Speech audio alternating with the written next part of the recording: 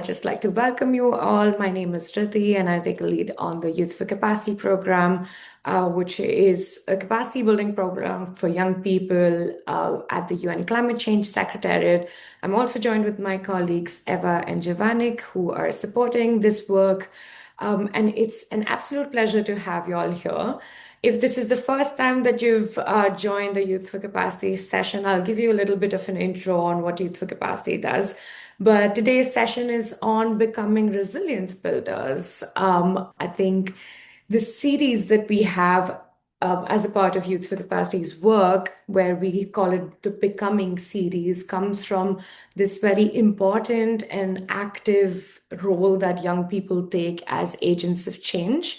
And every session under this series looks upon how young people can take that active role for that particular topic. So today we'll be covering adaptation, resilience, and very, topics that affect us personally, our communities, wherever we live, from the heat waves in Europe to toxic air to coastal flooding to flash flooding in a lot of cities. I'm from India, and I know that's a huge problem where I am. So I know everyone here can relate to this as well. So we'll be covering all of that and more. And with that, I'd also like to give a special thanks to our partners, the UNDP Rome Center, to help us design and work together on delivering this session. We have a great relationship with UNDP Rome Center in general, given that our sibling initiative, Youth for Climate, is based out of there as well. And we will be hearing two awardees from the Youth for Climate Call for Solutions also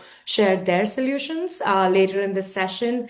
But with that being said, before I pass it on to my colleague Domenico from the center, just a little bit of an intro. So, if you've not heard about Youth for Capacity before, never been a part of our sessions, here's a QR code on your screen. Essentially, Youth for Capacity is a program that strengthens the capacities of young people and recognizes their crucial role as capacity builders itself in driving ambitious climate action. We have a bunch of activities that we do online, offline, in person, all of that and more, which I will also cover towards the end of the session. Just a lot of call to actions, a lot of follow-ups. But with that being said, I would love to pass it off to Domenico to do a little bit, who will be moderating the session, do a little bit of an intro, and then we have a little bit of a keynote. So over to you, Domenico. Thank you, Riddi. So I'm Domenico Villano, Policy Research Specialist at the UNDP Rome Center, working also for the Adaptation Accelerator Hub. And I'm here today together with my colleagues Priyanka Soni and Mauro Migliore. And we are really, really excited for this session. This would be really rich. I was reading your messages in the chat. Basically, you're connected from everywhere in the world. So I don't know, I feel privileged to have the opportunity to talk to you all about climate adaptation. And yeah, this is great. So today we will talk about climate adaptation, but this will be a very interactive session. We will have some best practices, a keynote speech, an interactive session with breakout groups. So we have 1 hour and a half, and we're going to move fast. And I really hope that you all will have the opportunity to share your insights from your personal experiences and take part into the interactive part of this session. And so I leave the floor straight away to Ashley Lashley, Youth Advisor to the UN Secretary General on Climate Change. Please, Ashley, I leave the floor to you.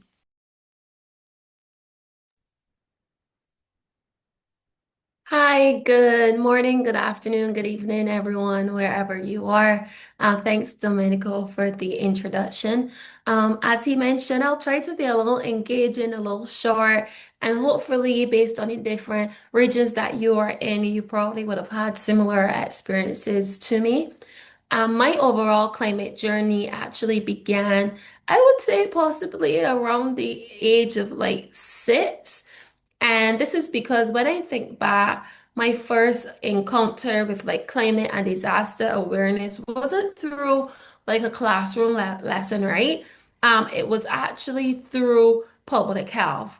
And as a child, I always used to learn about dengue fever and the importance of preventing mosquitoes from breeding by removing stagnant water around our homes.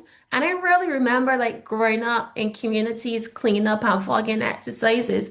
I used to see these a lot. But little did I know that these simple actions were a part of like building resilience against climate sensitive diseases. And around the age of 6, right, I also experienced my first earthquake. And I'm from Barbados, a small island developing state, 166 square miles. It can potentially fit into most of your countries like a million times, right? But I remember I experienced my first earthquake while I was at school. And although it was brief, I still remember like the uncertainty and the fear that came with not fully understanding what was happening. And I was running around like, and everyone was screaming because I was in primary school. And I think that experience stayed with me and made me realize how vulnerable we can be as a small island to natural disasters. And looking back, I now see that these moments really help shape my understanding of what resilience is in the long term. And that taught me that in preparing for disasters, protecting our communities, and really understanding the risk is not about governments taking the responsibilities, but it is about the responsibilities that we all share collectively. And I would say that those early experiences really planted the seed for the work that I do today. I have my own not-for-profit organization called the Ashley Lashley Foundation, where we work at empowering young people to be informed, to be advocates, to be prepared and active leaders when it comes to climate and health resilience in different communities. Next slide, please. And again, coming from a small island like Barbados, climate change has never felt like something that's been like so far away or something that we only read about reports. As I mentioned, it's something we lived for as long as I could remember. And people always ask like why small island developing states always focus so much on resilience. And I think the answer is really simple because one storm, one climate event can change everything that we know about. And we actually saw that through Hurricane Elsa in 2021. It was only a Category 1 hurricane when it hit Barbados, but it still caused significant damage, right? Homes lost, roofs. There were many roads that were blocked as a result. Crops were destroyed. Electricity was interrupted. And I think for a lot of young people, like the electricity being interrupted or being out is like a major pet peeve for us. And many families were left trying to recover. But I think it was a reminder that for many small island states, even storms that might seem small on paper can really have a huge impact because that also affects the gross domestic product or the GDP of many countries, and it's really hard for us to build back after a climate impact. And then after that, I remember most recently came Hurricane Beryl. And while my island Barbados thankfully avoided a direct hit, right?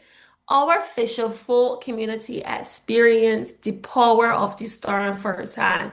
Fishing boats were damaged, landing sites were affected, and many fishers couldn't go out at sea. And for some people, that meant losing their income overnight. And this is why the notion about climate justice and what it represents, it always comes back to the impact it has on person's livelihood. And this is what climate change really looks like in our region, like across the Caribbean. It just isn't about stronger storms, but really it is about the livelihoods, it's about food security, it's about jobs, and it's about communities being affected. And I think when it comes to the story about climate justice and climate impacts, I think we need to do a better job collectively at telling the story so persons can really understand how climate change impacts on multiple communities, right? And because of that, like through my same NGO, next slide, please. Through my same NGO, back in 2024, we would have started a youth disaster and emergency response program entitled Safe Coast BIM. And many of the schools in Barbados are used as hurricane shelters, right? But a lot of students and a lot of young people, when it comes to disaster response, like when a disaster occurs, like the ones that are out there volunteering or ready to respond are more young people rather than the elderly, but they are not equipped or they weren't trained in the tools to become like youth emergency responders. So through my NGO, we started the Safe Coast BIM programs where students visited different coastlines. Students were trained in CPR, first aid, emergency response. They learned why beaches are disappearing. They understood the role of coral reefs. They were able to learn how to do like mass casualty unit. And we actually have it going on too right now through a summer program for youth to help them to become emergency responders. Because if it's one thing that we've recognized is that young people understand climate science much better when they can see coastal erosion happening in front of them rather than reading about it in a textbook. So rather than simply talking about rising seas through this program, participants learn how to become a lifeguard. They participated in different lifeguard techniques. They learned about the current awareness, water rescue basics, climate impacts on the beaches and ocean safety because stronger storms create more dangerous coastal conditions. And again, we brought together multiple students from different schools, different communities, and different backgrounds. And I think too, when it comes to the notion of climate justice, leadership roles rotate every day. So every participant, especially when you're dealing with capacity building, had the opportunity to learn as a team during emergencies exercises. Because I think one vision that I have is that we really want every young people to really understand that resilience isn't built, sorry, by one leader, but rather it's built when everyone has the opportunity to contribute. And next slide, please. So when we talk about resilience, for me as a person coming from a Caribbean island, it is easy to think about it not only as it relates to preparing for hurricanes or responding, but really resilience is about protecting the natural systems that protect us every single day. And here I have, I think one of the best examples that we have is the coral reef. And we know that globally, many of our oceans, due to the rising temperatures, are experiencing coral bleaching. But I think we often see, or even like tourists as well, because you know that many small island developing states depend on tourism as their key economic driver. But tourists come to our island and see these coral reefs as beautiful places to snorkel or drive. But there's so much more than that, you know. They are one of our greatest natural defenses. And healthy coral reefs often act like underwater barriers. They help break the force of the waves before they reach our coastline. They help in reducing erosion, and they actually help to protect homes and businesses and critical infrastructure. Sorry about that if you heard a call was coming through. But I really think that beyond the scope of the coral reefs are really the home to to an incredible, to an incredible, sorry, diversity of marine life, making them an essential form of maintaining healthy ecosystems. So when coral reefs are healthy, they're not only protecting marine life, but really and truly they're protecting people, they're supporting our economies, and they're strengthening our resilience. And that's why when we talk about adaptation overall, it's not only about building seawalls or improving emergency response, but it's really about investing in nature because sometimes our strongest infrastructure is the infrastructure that nature has already given us. And I think many times we continue to forget that. And throughout my journey as a climate activist, one of my favorite moments, especially from that specific program, Safe Coast Spin, wasn't the presentations or it was really through our disaster simulations because I watched teenagers confidently communicate over emergency radios, perform first aid, assess damaged buildings, and lead their teams through realistic emergency scenarios. And a few weeks earlier, most of them never held like one of those like communication radios. I remember they said, "Mom, this is a little old school." Um, or consider what they would do during a disaster. But by the end of the program, they weren't just learning about resilience, but they were practicing it. And that's what climate action should look like. Not just about raising awareness, but really and truly building confidence, building skills, and that leadership capacity that communities can rely on when a disaster occurs. So I want to thank you for inviting me. I want to thank you all for listening to my story and really understanding what adaptation looks like for me as a young person, what resilience looks like for us across the Caribbean and many small island developing states. And again, thank you for inviting me here today. Thank you, Ashley. Thank you very much for your inspiring contribution. You touched many topics, like, for example, nature-based solutions, because the one you were mentioning is also nature-based solutions. And so before moving on, I would like maybe to clarify for everyone, because I know that sometimes it's a bit tricky to understand the difference between climate mitigation and climate adaptation. So when we talk about climate mitigation, we are talking about all the actions that we as humans can take to reduce our impact on climate. So the impact of our activities, the emissions of our cars, of our factories, of our energy producing plants on the environment. On the other hand, when we talk about climate adaptation or climate resilience or climate adaptation and resilience, because these are often used together, we talk about all the actions that we can take to adapt to the impact of the climate on us, the impact of the climate on our communities, on our assets, on the ecosystems. So not just on humans, but also on animals, plants, forests, etc. So we need to adapt to heat waves, to flash floods, and we will touch all these points because we are at risk. So I hope that now the difference is clear for those who, I mean, probably all of you already had it clear, like the difference between climate mitigation and adaptation, but I wanted to clarify this. And one last point, when we talk about climate hazards, climate impact, climate risks, there is two kinds of impacts.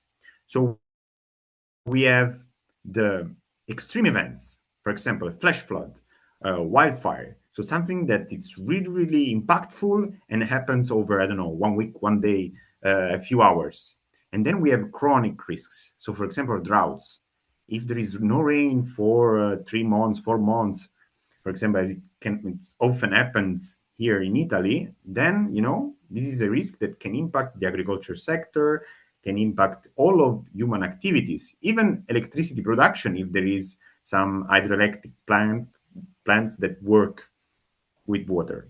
So, sorry for this short interruption in the flow, but I leave the floor to my colleague, Priyanka Soni, Adaptation Finance Specialist at UNDP Rome Center, who will give an overview of the Adaptation Accelerator Hub portfolio and some other adaptation-focused projects, and also give us some insights on safeguards. So please, Priyanka, I leave the floor to you. Thank you very much, Domenico, and thanks for setting the stage. Thanks to UNFCCC for inviting us. Hello, everyone.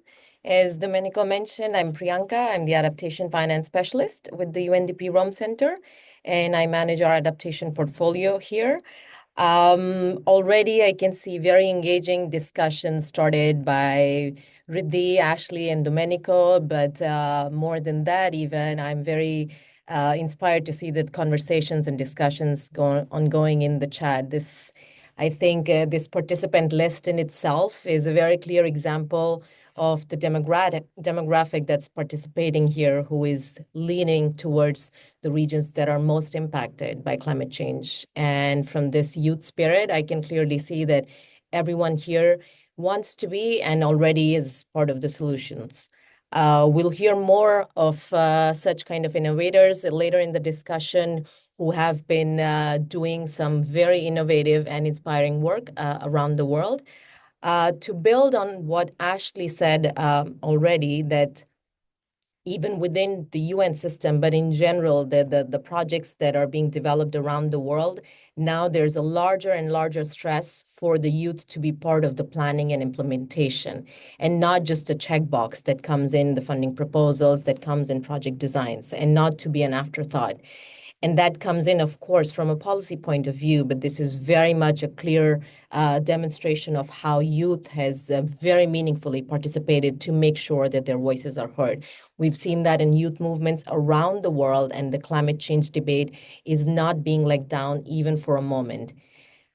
Having said that, we've seen a historic decline in climate change funding over the last 2 years, to the likes that we have never seen before. And to that end, I will go through our own portfolio and how we are trying to bring in disruption and bring in innovative ways of thinking to bring in more financing. But just to build a bit more on what Ashley just mentioned, is that why are countries that are from the small island developing states or the least developed countries taking the lead in the climate movement for now, is because they are seeing a very disparate and unfair impact of climate change, unlike that we've seen the other part of the world, because they were not part of creating this issue, but they have to take the lead in solving these issues. With SIDS, as Ashley has already mentioned, we have recurring hurricanes, we have sea level rise, loss of livelihoods. These problems may look different, but the impacts stay the same when we go to least developed countries, which have higher than average rising temperatures. When we look at other parts of the world, there's loss of cultivable land, and it creates more threats to food access, water access, and so on and so forth. As we've seen over the last few years, every year, so for the last 4 years, is hotter than ever on record. Despite all of these rising demands, the funding is lacking. So this is where, while UNDP has been a lead climate implementer in the UN system, even UNDP has seen the wrath of reducing impact on climate change because of reduced funding. This is where we are in the UNDP Rome Center are trying to think of innovative ways of how we can build more resilience. So one of the example for that is Adaptation Accelerator Hub. This is a G7-led initiative where all of the G7 partner countries, along with some other partners, are putting their heads together to support countries across the world in the global south to transfer adaptation ambition into action. What that means is that we support partner countries through investment-ready solutions by combining the technical expertise from UNDP ecosystem, but also the partner countries from the G7 and also the program countries where the projects are implemented, along with strategic partnerships that go beyond. We have not just in the public sector, because traditionally the UN system and the World Bank system have been mostly involved with the government agencies. But given the rising needs, we're trying to look at more innovative ways of financing through private sector, PPPs, startups, and SMEs. And this we are doing this is the what, and why is already something that I explained that many times in nations, especially in the global south, there are clearly defined priorities, whether it's in the form of nationally determined contributions, national adaptation plans. The main issue and the bottleneck here lies in how those priorities are channeled into plans that can be implemented and financed. This is where the Adaptation Accelerator Hub comes in. It brings together governments on one hand, the partner governments who can deal from G7 point of view in a knowledge exchange and technology transfer along with financial co-creation along with the program countries where the projects will be implemented, technical expertise from UNDP, but also from experts from think tanks, academia, and the private sector, strategic partnerships with organizations that can come through with breakthrough technologies, but also mix them with traditional knowledge. And this is done through a blended way of financing through public and private. And with this, we are aiming towards getting through climate resilient societies. For now, we have a portfolio across 6 countries in Ethiopia, Ghana, Cambodia, Senegal, Maldives, and Mauritius, but the portfolio is continuing to expand. And in the next coming years, we will have more countries in this portfolio. And then one beyond just the Adaptation Accelerator Hub, which helps in developing the adaptation investment planning, at the Rome Center, we're expanding beyond this to provide flagship support to some countries. One of the examples here is we are supporting the government of the Republic of Congo in developing a drinking water system, which will extend drinking water capacities to over 1 million people in the city of Brazzaville. We're doing this in partnership with the technical experts from around Italy and also Congo. And we're making this an investment-ready project that can be financed towards the end of the year. Next slide, please.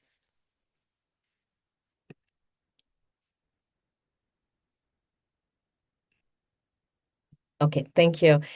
Just to quickly speak about what are some things to look for. While Domenico and others have already walked you through what to do, I will quickly walk you through sometimes what can happen is maladaptation practices can have, what that means is that if the intent is also good, but adequate assessments are not done in advance, it can have unintended consequences, which can result in harm rather than what we intend to do there.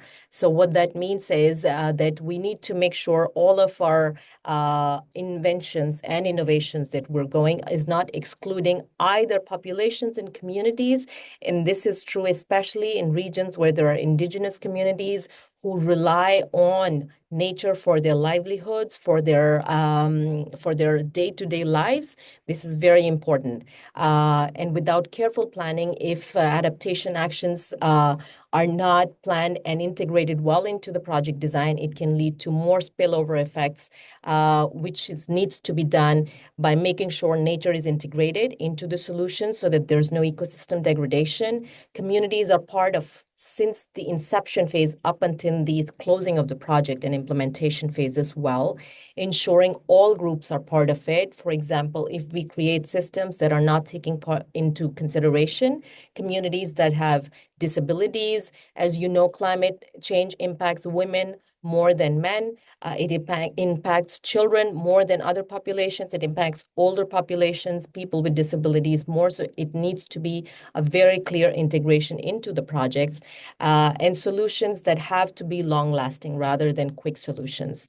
So just before I end, while Domenico will walk us through some really fun exercises, while you think about some of the solutions in those exercises, from the safeguards point of view, just one question ask yourself is, could the solution make someone or something more vulnerable in the future than how you found it today?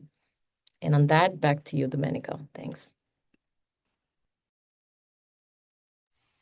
Thank you very much, Priyanka, for your overview over the AAH activities and this crucial, very important topic of maladaptation, safeguards, because all we talk about is, climate adaptation, but if climate adaptation creates more risks for some people or contributes to pollution or to reducing our efforts in climate mitigation, then this is not the right way to do it. So, I mean, the topic of climate adaptation, it's really, really wide. Actually, I didn't share this before, but I'm doing as well. I'm completing a PhD on climate adaptation. And in the last 3 years, I focused both on business and financiers, civil society, public policies. There is many perspectives, many angles from which to analyze climate adaptation. So for today's session, we decided to focus on urban climate risks. Probably some of you, or I mean, could be even majority of you, live in a city, small city, medium city, or a huge metropolis. You know that cities are unique systems, are complex systems where there is an interdependence of people, infrastructures, assets, goods that are distributed through these systems. And each one of us in the city depends on other people for the food, for the electricity, for water distribution. And this in itself brings some vulnerability. Because if I live in a remote area in the countryside and I grow my veggies, I have my animals, I don't need that much electricity, I have access to water, then I'm more resilient. Possibly I'm more resilient to shocks. But when I live in a city, if I live in a city, then, there is more systemic vulnerability. And this sometimes comes from a lack of awareness on climate risks. So infrastructures, for example, are built not to be climate proof. And so there is many risks affecting people, assets, and infrastructures in cities. When we talk about climate risks, there is a few subtopics that are really, really relevant because we have different climate hazards. Dealing with water is different than dealing with fire, for example. And there is a different exposure to climate risks. For example, if I live really close to the coast, to the sea, for sure I will be affected more than people that are uphill by coastal erosion and coastal flooding. And then there is also the vulnerability. And this is really, really relevant because I mean, I'm still young. So as young people, we are stronger. We are more resilient, for example, to a heat wave. But there is some part of the population, some of our fellow citizens that are more vulnerable. For example, old people or people with disabilities, people with pneumonia, So vulnerability can change a lot. Next slide. So today we're going to do a little exercise of 25 minutes. You will be divided in 5 groups, and I will explain you soon how this will look like. But we will try to work on 5 different climate risk scenarios and how we will work on how young people can become climate actors, can involve themselves in climate action to build climate resilience. So already from this picture that, of course, I created through artificial intelligence, you can see the 5 different scenarios. So extreme heat, flash flooding, water scarcity, coastal flooding, wildfire smoke. For each of the scenarios, you will be guided by a facilitator from our 2 teams. And what you will have to work on is on 4 levels of climate action. So first of all, protect yourself, because this is the first, more crucial level. How to protect yourself from these climate hazards. Second level, how can I help my community? How can I help vulnerable individuals within my community? The third level is, what can I advocate for to improve the climate resilience of the city I live in? Of course, if you don't live in the city, try to imagine or dialogue, like talking to other people within the group. You can have some ideas on what are the issues and the risks that people that live in cities face every day. And then the fourth level, I mean, you're young, and this is, I say, something precious, because when you're young, you still, I don't know, I mean, one can dream in every age, but when you're young, maybe you have bold ideas, you have transformative ideas, and we want to hear them from you. This is going to be really, really useful for us, and so we will give you the opportunity to share some transformative ideas on climate adaptation. So how this is going to work out, you will be divided in groups by the system.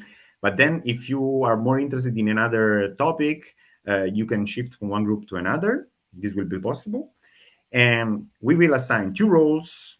So we need a group leader and a creative leader. So the group leader will be the one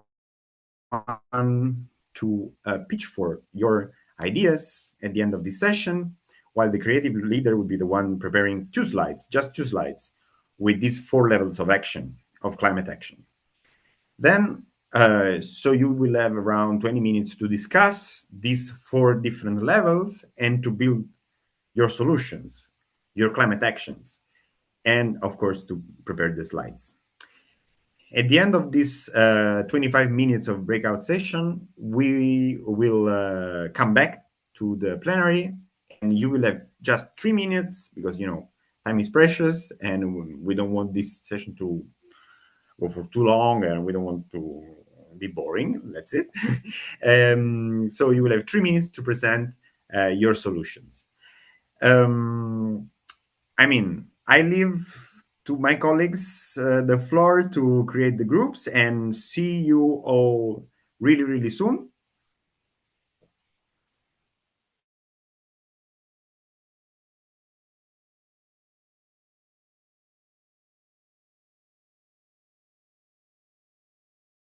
Trickling in slowly, Domenico. I don't know what your group's discussions were like. Mine were really interesting. I don't know if we got the slides done, but over to you on having the presentations come through. Yes, I mean, our discussion was great. A lot of inspiring ideas. Maybe let's give the groups 1 more minute. I mean, the creative leads 1 more minute to create the slides, if you agree, really, and then we can start with the presentations. If there's one group that's ready, they can also just go for it right now. I would, maybe call upon the facilitator. So just like give me a high five or something, a virtual high five if your group is ready to present.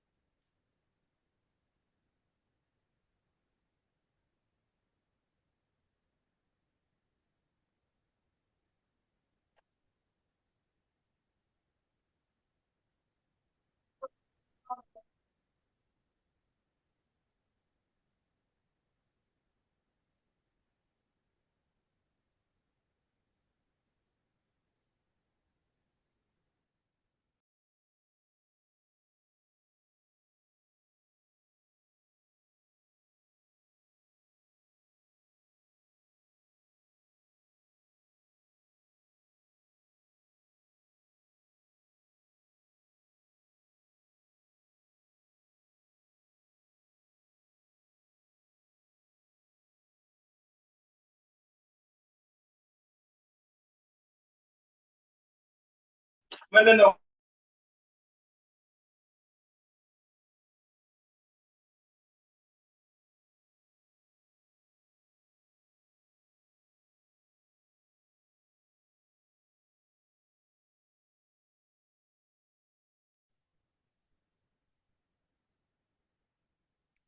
In the interest of time, Dominica, should we kick it off and start off with the first group then? I don't hear you. You're muted. Maybe just 15 seconds, and then we can start. All right. I think just to break the ice and in the interest of time, I would volunteer for group two, my group to go first. We actually didn't have a creative lead, so I ended up being the creative lead. I think everyone in my group was a bit shy. But we did have a great discussion, a bunch of people come in. So what I've done is basically put down the notes onto the slides. So I know we had Akshata volunteer to be a part of as a group leader. So Akshata, would you like to raise your hand so we can unmute you and you could share what we had discussed?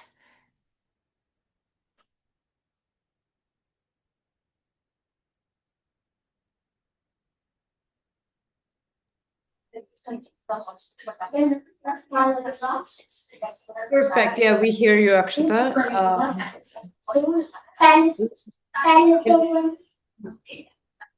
Let me also put this in just so that it's there on the screen for you. Okay, hello everyone. I'm Aksita from India, and our group have discussed about what are the solutions for flash flooding. So yeah, that was really very interesting discussion.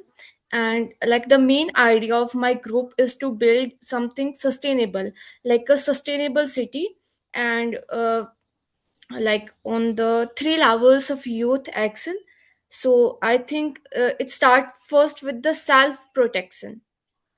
So like so as a so I think for the for building a sustainable city and dealing with flash floods, we have to connect with all the stakeholders that are the individuals, the government, the uh, and the other cities, and they can all work on their own level. So for example, as an individual, for our self protection, we can build our awareness and capacity by participating in different sessions like this and workshops. And the best thing can be is to talking with someone who really have experience in it.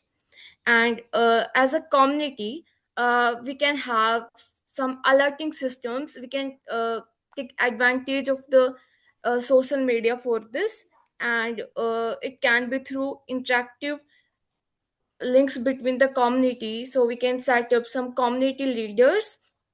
And on a bigger level, for building a sustainable city, I think we have to work on the infrastructure part. We can have better housing, improved drainage systems, and waste management, because I think just like the ssds, all these things are interlinked. For example, if we work on the waste management, then somehow we are improving the housing and other things. So to sum up, I really think we have to work on something that can sustain and that is long lasting. So yeah, thank you. Thanks for that, Akshata. That was super succinct. But we also had a really crazy idea on transformative future solutions. I know Adarsh mentioned this, so Adarsh, very quickly, maybe in a minute or two, would you want to explain what you mean by Sponge City? If you want to raise your hand, we can unmute you and you can intervene. There we go. Yeah. Hi all. So I mentioned this idea of uh, urban sponge city. Like it will have, in my perspective, it will have dual effects. Like it will reduce flash floods, and also it will refill the groundwater levels also. Like I am studying in Delhi, and this city, Gurugram, was built on like o- on the wetlands only. Like the history of the geography of the landscape also affects whether there is this kind of events happening. Like it was never supposed to be a city. It was supposed to be a wetland. So increasing more natural spaces for the water to seep in will be beneficiary for both reducing the flash floods and increasing the groundwater levels. Yeah, thank you, Rithi, for giving me this opportunity. Thanks, Adarsh. That was from our group on the flash floods. But Domenico, over to you to pick on the next one. Yeah, maybe we can go back to the list going from group one, and I can share the slides from our group.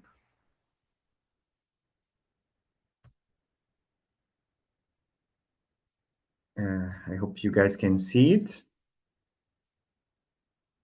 Yes? Yes, we can. So I invite Kwame if he wants to speak. He's still online. Or because he said he wanted to be the group leader. Or otherwise, I can also, or someone else from the group maybe wants to comment the slides, or I can give some information about the discussion that happened in our group. Domenico, I think Kwame had his hand raised. I So just asked him to unmute. I don't know, Kwame, if you could speak already. Hello, everyone. Do you hear me? Yes, we do. Yeah, perfectly. Thank you, Kwame. Can you see the slides? Yes. Okay, so I put just some of the ideas that we shared. So please. Okay. In our group, we talk about extreme heat and the urban heat island effect, and talk about the three levels of youth action. The first question was how we can protect ourselves from extreme heat in the city. And we said that during heat waves, we can stay indoor, drink plenty of water, wear light clothing, and avoid direct sunlight. We can also use fans or air conditioning, rest often, and never leave children or pets in car. And after that, we talk about community protection. What can we do to protect our community against extreme heat? To that, we can protect women working at market stalls during heat waves by providing shade, drinking water, regular breaks, lights, clothing, and fans. So encourage them to avoid direct sunlight and recognize signs of heat illness. In the third position, we talk about how we can advocate. We can talk about. We can talk to city leaders to fight against extreme heat. Local governments should increase green spaces by planting trees and creating parks. Green areas provide shade, reduce urban temperature, improve air quality, and protect communities from the harmful effect of heat waves. Okay, and we talk about a solution to fight against extreme heat for a long time, and we talk about artificial rain. Artificial rain, also known as cloud siblings, will be a method used to increase rainfall. So now scientists will introduce substances like silver halide or salt particle into suitable clouds. These particles help water droplets from and grow, leading to rain. Cloud sibling can help reduce the temperature during heat waves. And these are the topic we talk about during our session. Thank you very much, Kwame. Thank you very much. As you can see, like very bold ideas, very interesting conversations. Probably 25 minutes was not enough, but this was still inspiring. So I leave the floor to the third group. So focusing on droughts and water management. Yes, thanks, Domenico. And we have our default leader, Alessandra, here. Thank you so much for stepping in. It was a very engaging discussion. We had some great ideas from Alessandra, Joseph, Richmond, others. So I'll leave it to Alessandra, given the time. Maybe we can quickly go through some of these solutions and then to the next group. Thank you so much, Alessandra. Back to you. Thank you all for organizing this. I hope you can hear me. Okay, perfect. So our topic was drought and urban water scarcity. So we were thinking about the three levels of youth action. So regarding self-protection, we were thinking about saving and reducing water only to important tasks and giving priority to vulnerable groups, such as the elderly or children, for example. Regarding community protection, instead, we were thinking about door-to-door campaigns on water conservation, awareness raising activities in schools and universities, using social media to share some best practices, repair household leaks, distributing water safety kits, training households on safe water storage, and also organizing water sharing stations and supporting vulnerable groups during this distribution. Regarding urban resilience and advocacy, I added one point here. So perhaps advocating for the creation of artificial reservoirs to store rainwater for harvest, for example, could be a feasible solution for local governments. And regarding other possible solutions, we were thinking about creating and sharing applications or also, for example, WhatsApp groups to report leaks, water resources, and also distribution schedules so that everyone knows where to go and when to go. And also some skills building for young people related to plumbing or also water safety management so that they can help communities in need.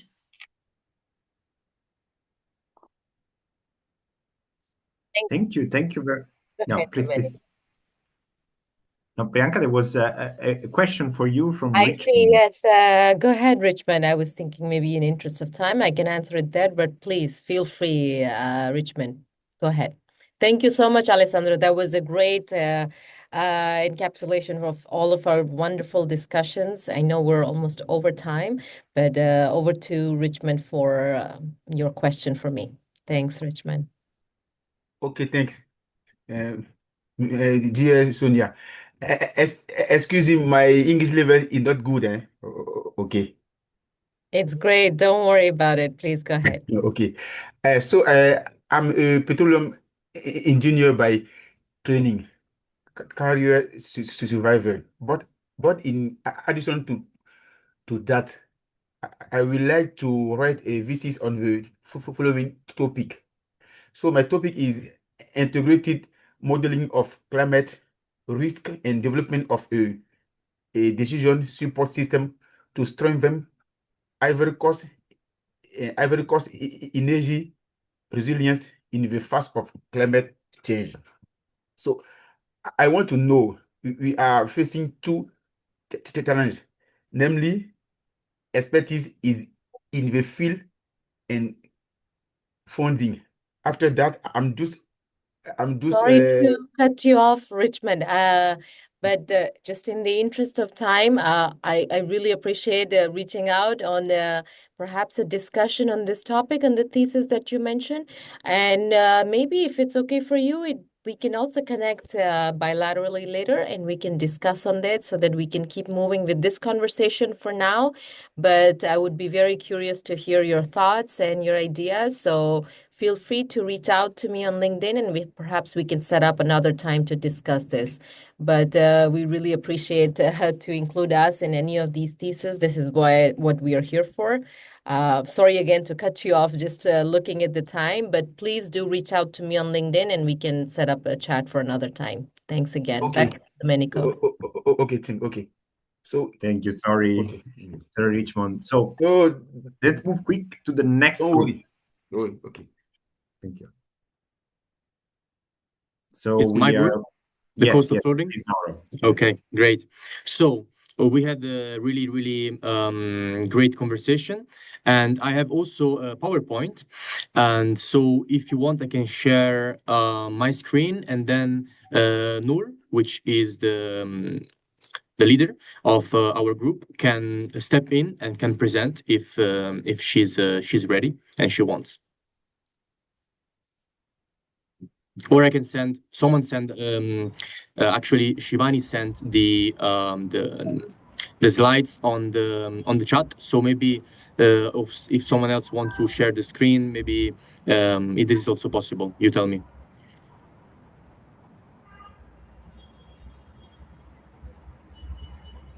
I don't know. Maybe you can share the screen. Okay, I'll do.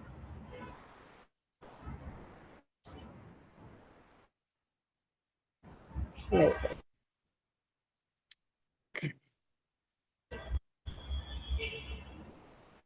Unfortunately, I can't present it. I don't know why. So if We can see it. it's We can okay, see. we can. Yeah. Okay, great. Yeah. Okay, I can start in the interest of time very quickly.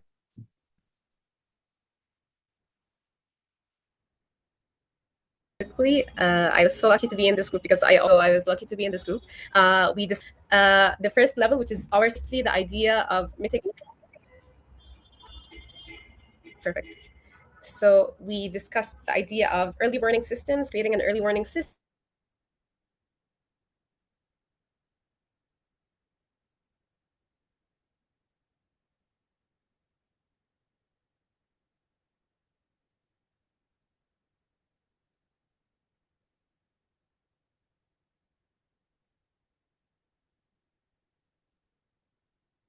I don't know if it's just me, but Nora, I don't hear you. Me neither, yeah. Yeah. Yeah, there's something wrong with your audio.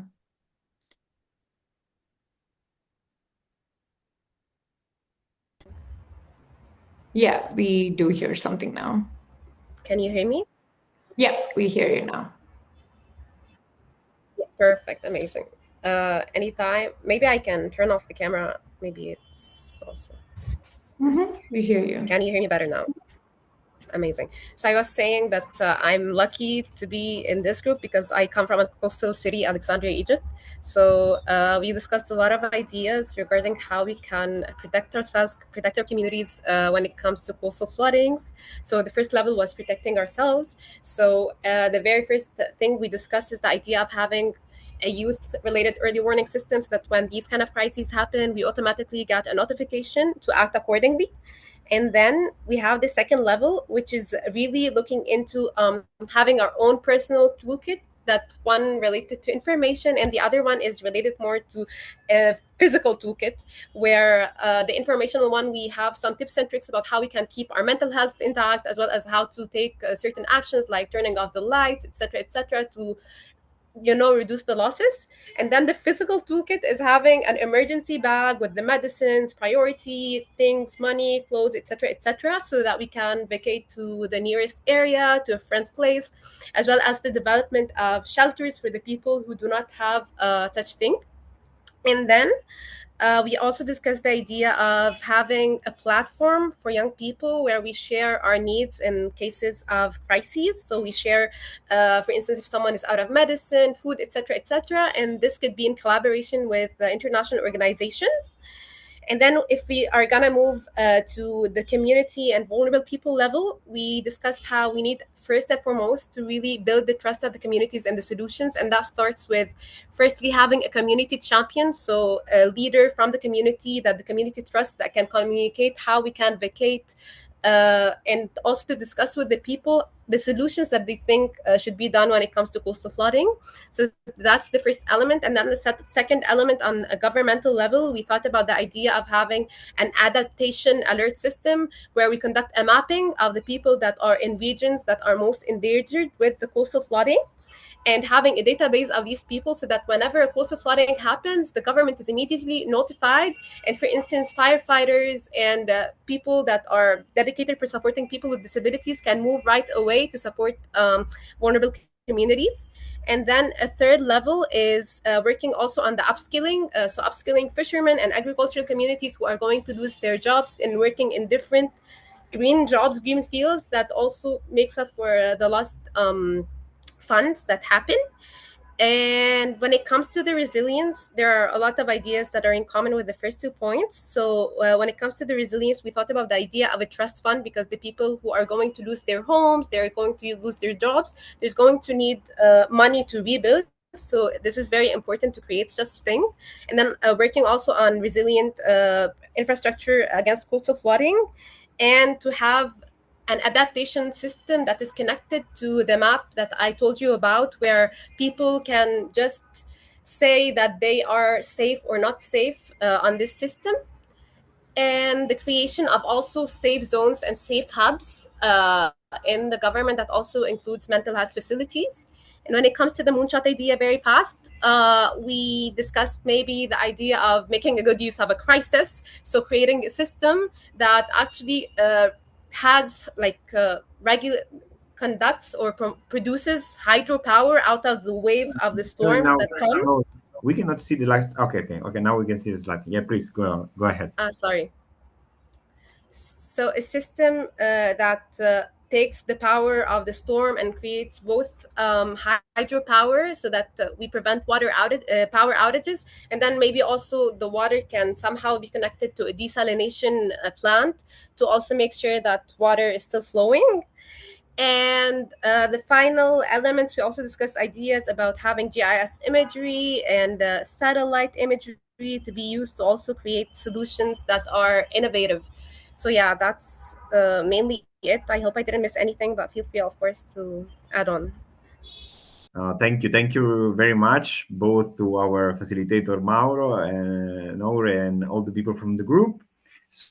So let's move to the last group really fast, because time is running out. So wildfires, please, 3 minutes. 4 ideas in 3 minutes. Thanks, Domenico. Just wanted to give a shout out to Abraham. That was our wonderful creative lead. And whilst I share my screen, I'll pass the floor over to Anesu, our wonderful group leader. So you can already go into our inputs. And Anesu, you did it very short and sweet in our group, so I'm sure you'll be able to do it here as well. So over to you, Anesu.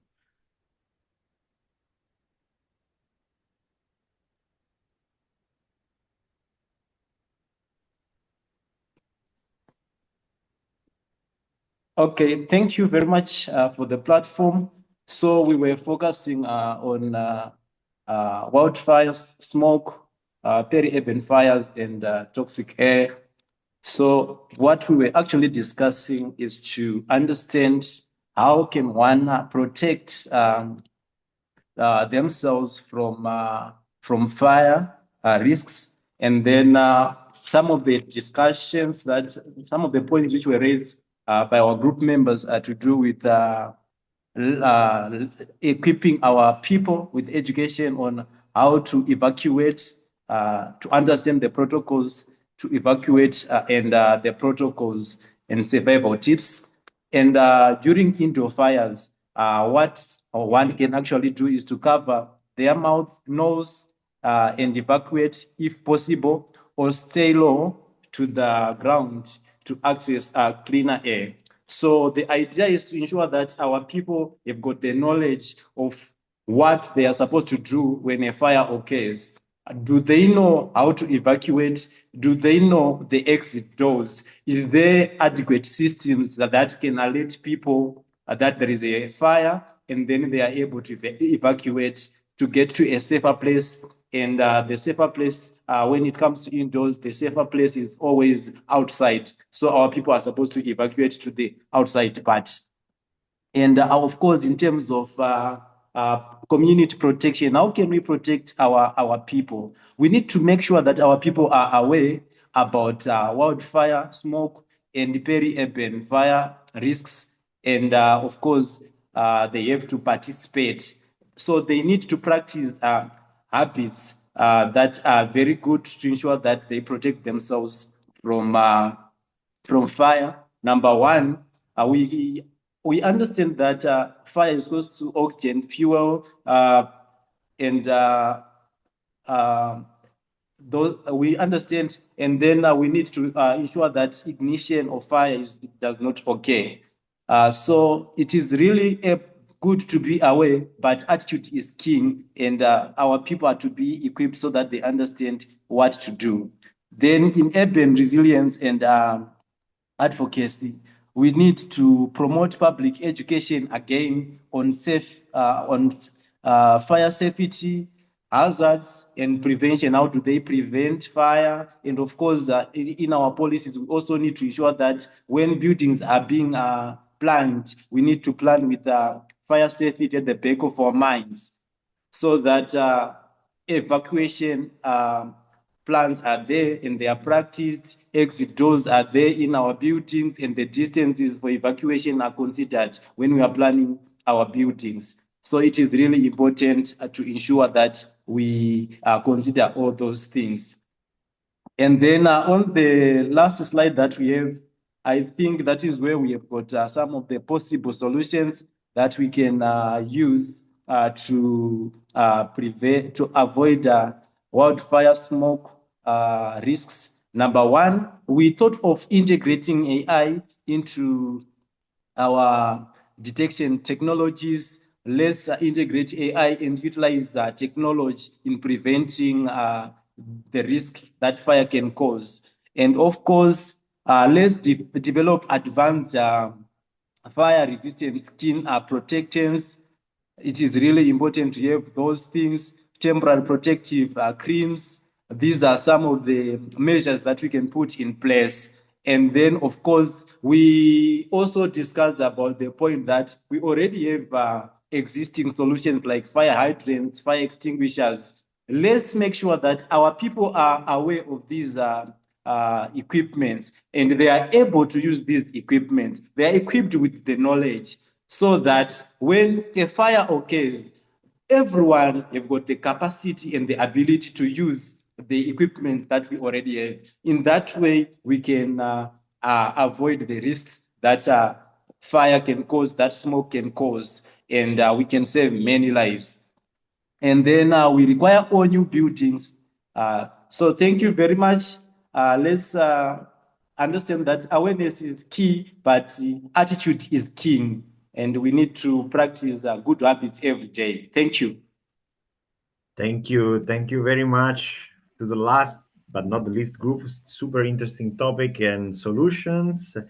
And thank you also to all the facilitators for helping the groups work on their solutions. So now we have the last part of this session. So I will leave the floor to Julian Machado. I'm very happy to have him here. He's an awardee of the Youth4Climate program of 2024. And his project is it's a community project to reduce climate risks in Medellin, Colombia. I don't know if Julian wants to take the lead. Yes. Yes. Can you guys hear me? Perfectly. Welcome, Julian.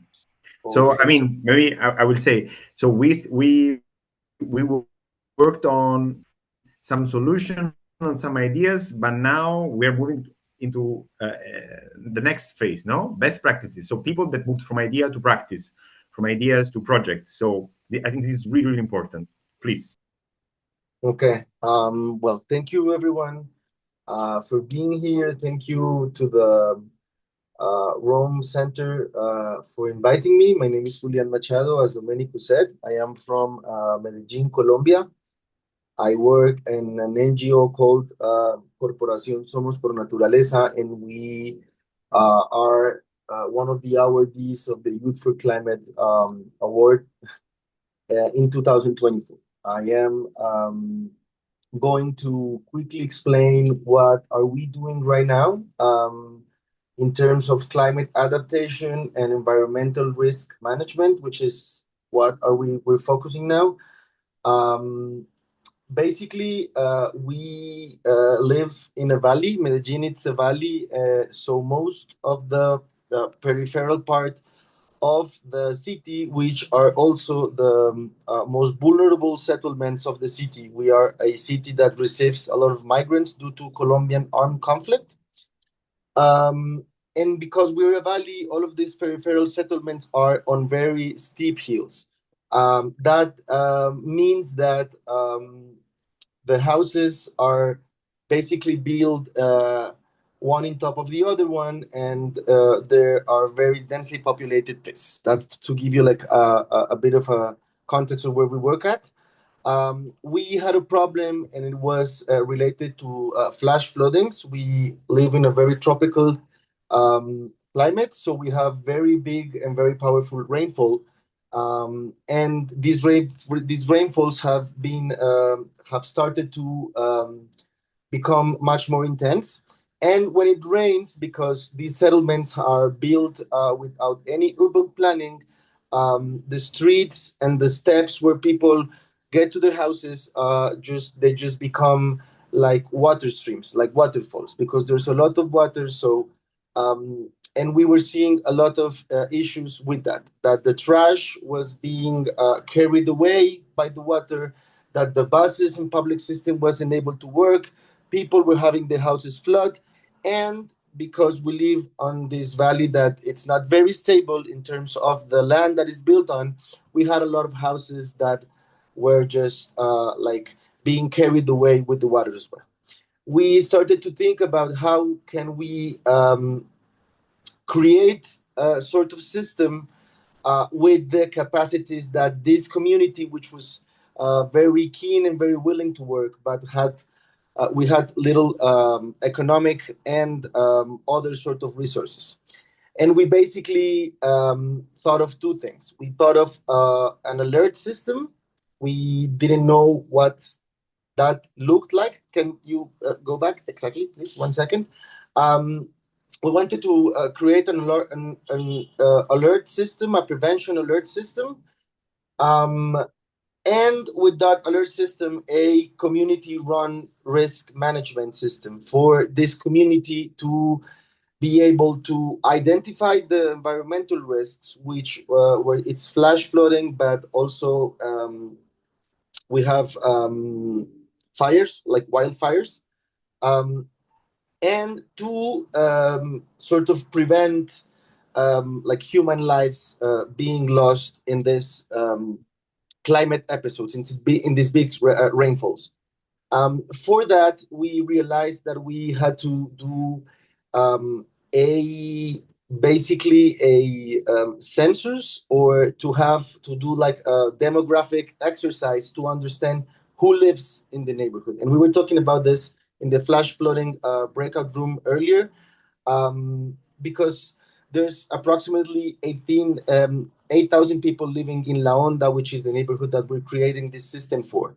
And we needed to know exactly in the parts of La Honda, the neighborhood, who lived there, who had, for example, who couldn't move, like elderly people, who was living alone, who was sick and was like on the bed and had to be helped out of the house.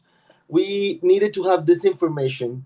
So for that, we created a small demographic census that we implemented all throughout the neighborhood. That was a big work, but that was the basis for us to create this alert system.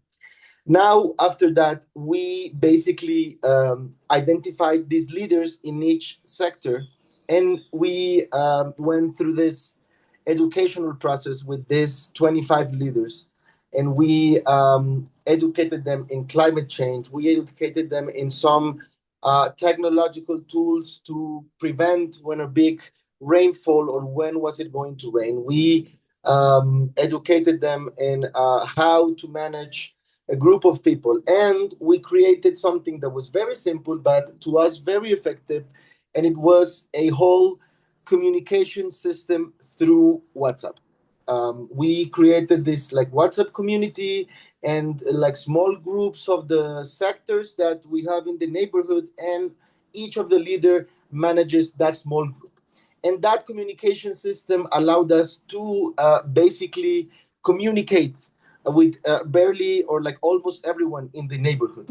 That's when we create what that's when we said, okay, we are now like creating this environmental risk management, because we have this group of leaders that are divided all throughout the territory that are able to trickle down information to the people in each sector, and that are also able to uh, use some very simple like technological tools to know when is it going to rain, when is it important to alert the community to either stay home or evacuate. Um, and right now we just set it up. We're sort of like piloting and starting to like fill in like all of the groups.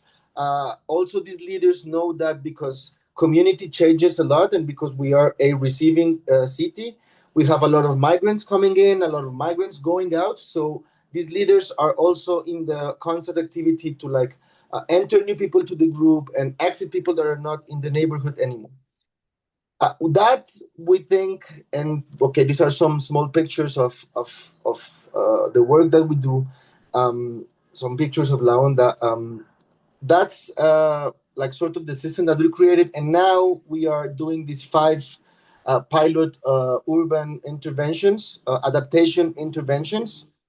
We are doing some urban vegetable gardens in some like critic points. We are also working with geotextiles, which are basically these like um, textiles that are that you install in like the mountain, and you like put also some vegetation, and those textiles and the vegetation, they help to like prevent from like the mountain to like going down. And all of this has been created with this like leader system of 25 leaders from La Onda that we've been working with, that are running the alert system, and at the same time are the ones that prioritize these 5 pilot interventions, and that are the ones that are sort of taking the lead on this climate prevention. To have a little context, we had 2 major floods in the past 2 years in Colombia, and at least 100 people lost their lives here in Medellin. So this specific, very sad, very tragic situations inspired us and this community to create this system. And I wanted to quickly finish with this sentence, because when we talk about resilience, we always talk about how a community, a group of people are able to overcome a problem or to manage a problem.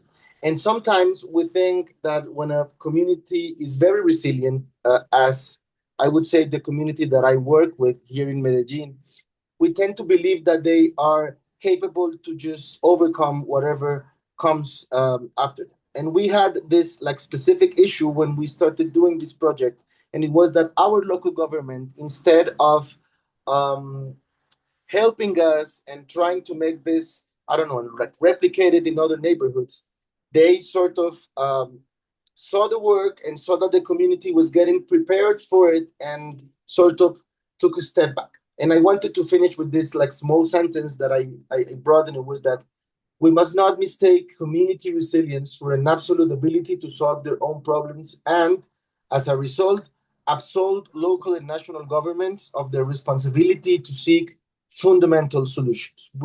I live in a city that um, the institutionality and the local government does not provide like long-term solutions. So it's important for us to remind ourselves and our government that even though we are working and that we are preparing as a community to overcome this climate um, like episodes, we do not absolve them of their responsibility. And this also very much applies to big economic group, big economic companies that are the ones that most directly sometimes harm the environment.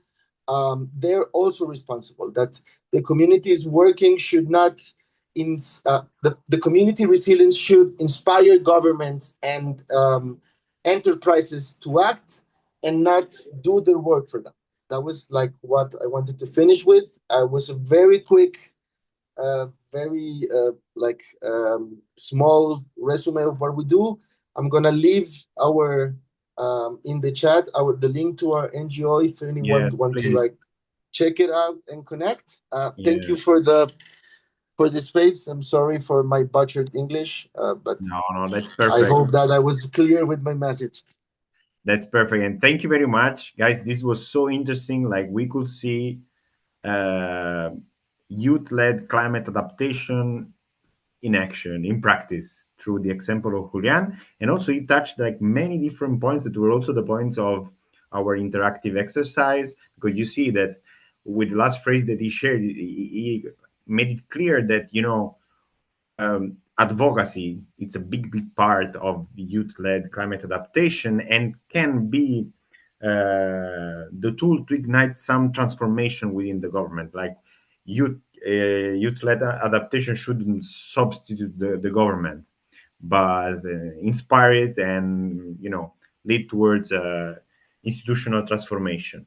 Thank you all. Maybe I will leave the floor to Ridi for to close this session. But I want to thank all the participants, best practices, keynote speakers, and the facilitators to be here with us today from all the corners of the planet. I leave the floor Thanks so to much, Ridi. Domenico. And thank you everyone for also, I know we're a little bit over time, so we do appreciate all your time. And for those of you that have stuck around and heard Julian's story, especially how well connected it was from all the work from the groups, I have resources for you and I will run through these slides, but just take your phones out and QR code them all out. So the previous session that we had was called the Becoming Climate Journalists. And now this year, what we're doing is with all of the Becoming sessions, we're going to have a Becoming starter pack from each of the sessions. So the key lessons from each session would be shared through this. So if you were a part of the previous session, and if not, I think it's a fantastic resource that's up there, giving you a second to scan the QR code or just look for it on LinkedIn or the website. I know my colleague Eva has dropped it as well, so here's the link in the chat for you. Up next, Youth for Capacity and Youth for Climate, our sibling initiative that sits with the UNDP Rome Center.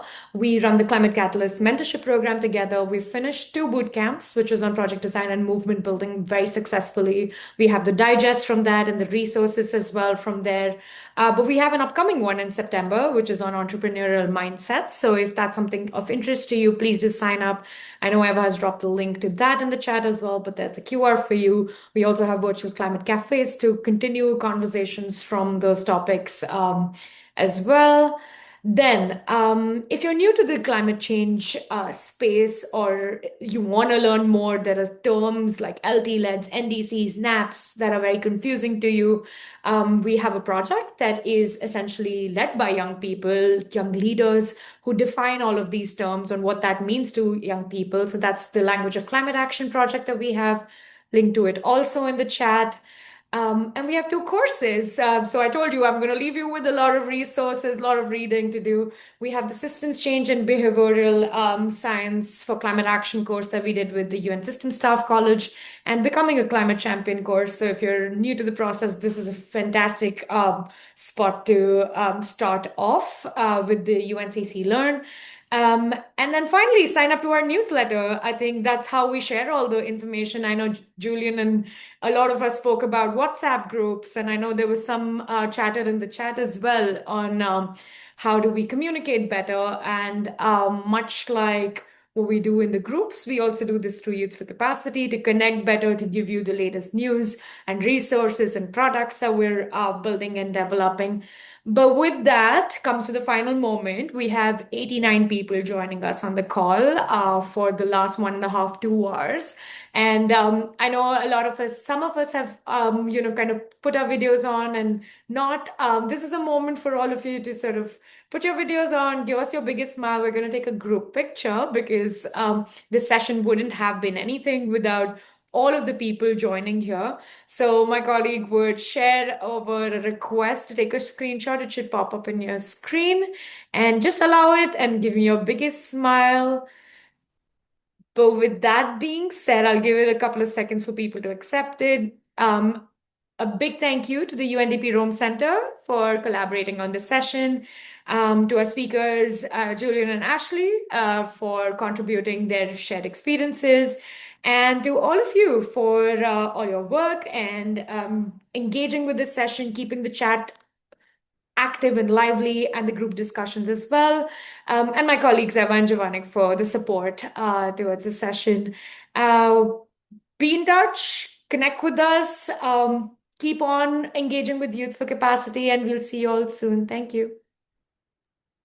Thank you, everyone. Thank you, Youth for Thank you, Capacity. everyone. Bye. Bye. Thank you.